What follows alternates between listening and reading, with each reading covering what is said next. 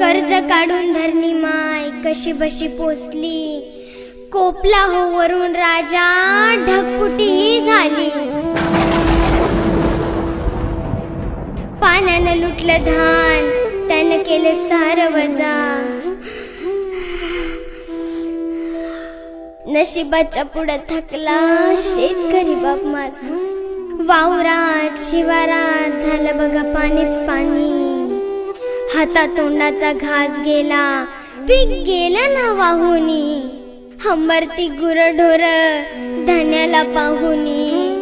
आक्रोश करी मुका जीव, सोडवायला नाही कोणी.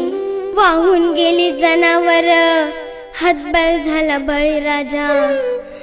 नशिबाच्या पुढं थकला शेतकरी बाप माझा. असलं कसलं इगीन आलं, फाटलं रे आभाळ. उसानी तर मान टाकली, डाळिंबाचं गेलं डोळ. करपली हो मूग मटकी, कुठं लावावं ठिकाळ. हात धुवून शेतकऱ्याच्या माग लागला या काळ. बघा मायबा किती तळमळतोय बळीराजा. नशिबाच्या पुढे थकला शेतकरी बाप माझा.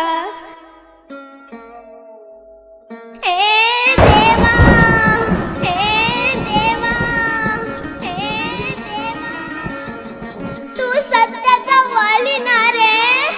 8 महिने झालं प्रत्येक जण कोरोनाच्या भीतीने घरात होता.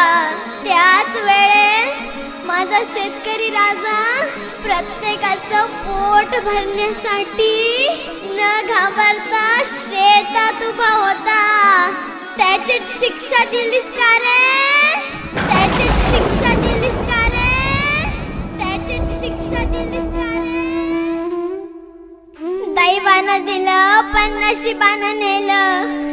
शेतकऱ्यासाठी सांगाय तो कुणी काय केलं. अंत नका पाहू, होतं नव्हतं तेवढं वाहून गेलं. कर्ज माफी करा सरकार, ऐका एवढं बोल.